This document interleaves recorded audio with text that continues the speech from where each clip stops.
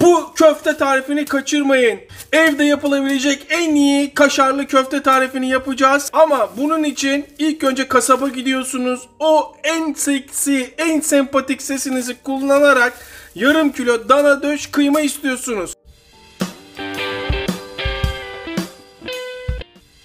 Bu tür köfteler yaparken böyle eti mek kullanırsanız toplam 3 tane kullanacağım.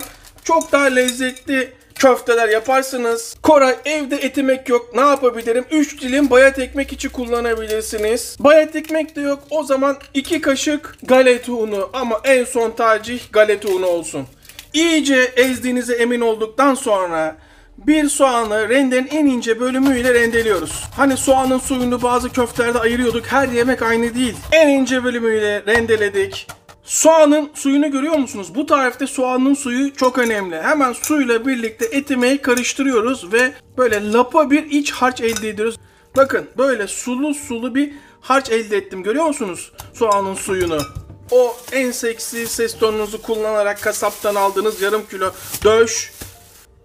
1,5 çay kaşığı kimyon. Bu köftenin olmazsa olmaz baharatı kimyon. Yarım çay kaşığı karabiber. 1,5 çay kaşığı tuz. Dikkat! Krema. Yemeklik krema. 1,5 yemek kaşığı.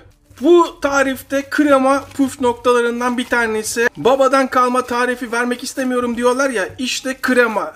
Koray krema çok pahalandı. Krema yerine ne koyabiliriz diye soranlar varsa krema yerine yine 1,5 yemek kaşığı ya da 1 yemek kaşığı zeytinyağı kullanabilirsiniz. Çok iyi yoğuracağız. Ne zamana kadar? Bu ekmek işleri kaybolana kadar. 7-8 dakikadır yoğuruyorum. 7-8 dakikadan az yoğurmak olmaz. Şimdi burada içindeki havayı yine alıyoruz. Her zamanki gibi o uyuz olduğunuz, sinir olduğunuz lavuğu düşünün. O lavuğu yerden yere vuruyormuş gibi köfteyi yerden yere vurun. Aynen böyle. Görüyorsunuz değil mi kıymanın halini? En ufak bir kopma yok. En az 1 su bardağı kaşar peyniri. Bakın en az 1 su bardağı. Hemen rendeleyelim. Maç seyredeceğiz Barbaros'la. Akşam Kasımpaşa Fenerbahçe maçı var. Bir Fenerbahçe maçı seyredeyim de bütün moralim bozulsun. Kaşar filan rendelerken rendeyi böyle kullanırsanız rendenin doğru kullanımı bu. Alt tarafı kap görevi yapar ve ikinci bir kaba ihtiyacınız olmaz.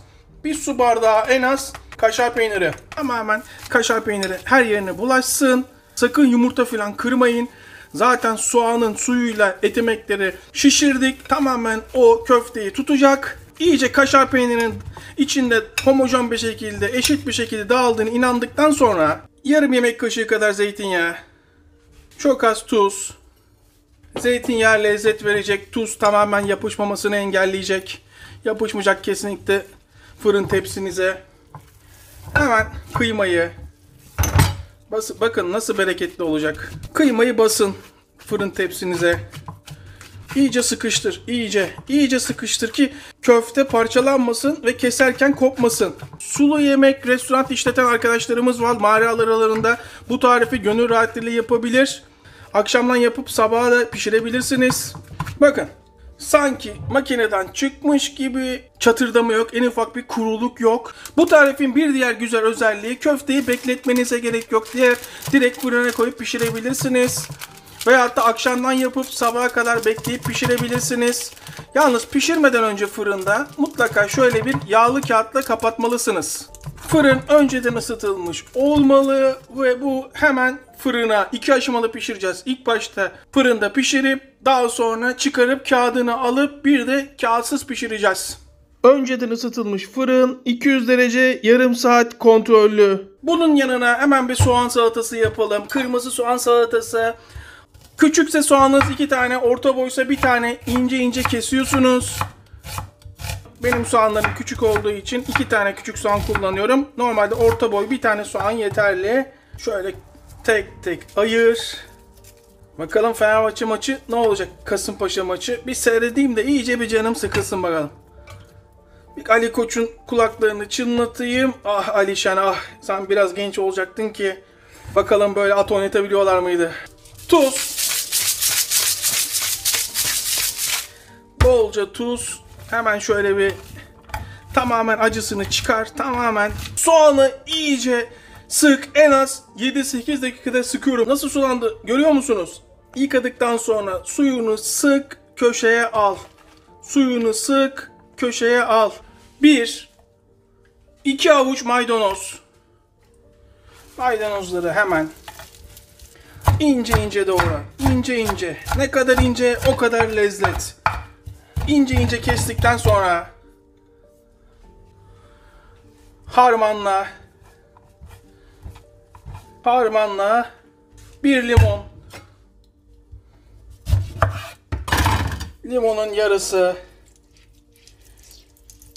Of ne sulu çıktı be. Vay be bu zamanda böyle limon. Tuz. Ne kadar seviyorsan. Vefalı Türk'ün gönderdiği sumak. Kulakları çınlasın. Şöyle bol bol.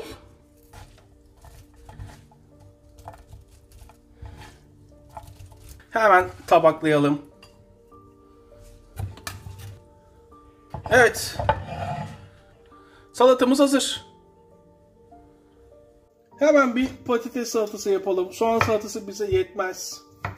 Bir tane haşlanmış patates. Patatesi 4'e 5'e bölün. Ortadan 2'ye böldüğünü tekrar 2'ye, toplam 4'e böldüğünü tekrar 2'ye, toplam 8 parçaya böl. Yarım soğan. Hemen bir kaba al. Tuz. Kırmızı pul biber. Zeytinyağı. Limon. Limon da ne bereketli çıktı be. Biraz yeşil soğan. Biraz maydanoz. İsteyen burada kesebilir. Buraya kadar tamam. Bundan sonrası tamamen isteğe bağlı. Biraz mayonez. Şöyle 1 tatlı kaşığı kadar hardal. Hangi hardal? Tabii ki her zamanki bu hardal. Yalnız büyük bir eleştiri. Ne zaman ki cam kavanozu bıraktığınız tat, hardalda inanılmaz bir lezzet düşüklüğü var. Karıştır.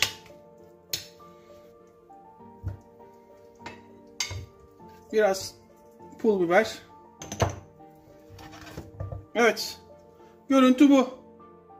Yarım saat sonra fırından çıkartıyorum. Köftenin kendini çekmiş olması lazım. Sulanmış olması lazım. Aynen böyle. Ve üstünü kapatmadan tekrar fırına koyuyorum. 200 derece 10-15 dakika üstü kızarana kadar.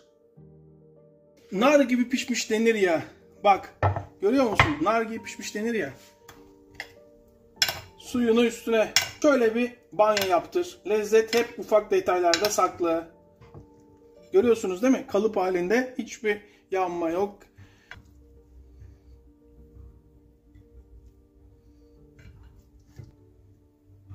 Bu Barbaros'un tabağı. Ulan Barbaros hakkımı ödeyemezsin ha. 5 yıldızlı restoran tabağı çıkartıyorum. Görüyorsunuz. Üstüne biraz pul biber. Zeytinyağı koymamıştık soğan salatasına. Hemen zeytinyağı.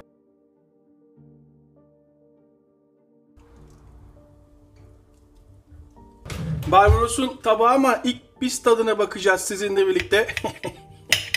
Olur o kadar. Şimdi nasıl pişmiş? Açın ağzınızı. Her zamanki gibi ilk lokma sizin. Patates salatasından tatmak isteyen. Soğan salatası. Barbaros'un tabağı ama şunu ben yuvarlayayım ya. Maçın başlamasına 5 dakika kaldı. Kasımpaşa Fenerbahçe maçı. Ben bir seyredeyim de canımı sıkayım. Keyfim iyice bozulsun. Ali Koç'a buradan selam olsun. Alişan biraz genç olacaktı ki o zaman görecektik. Bu arada izleyip hala abone olmayanlar tabii ki sizi hiçbir zaman gibi unutmadım. Hepinize sağlık. Tekrar herkese selamlar.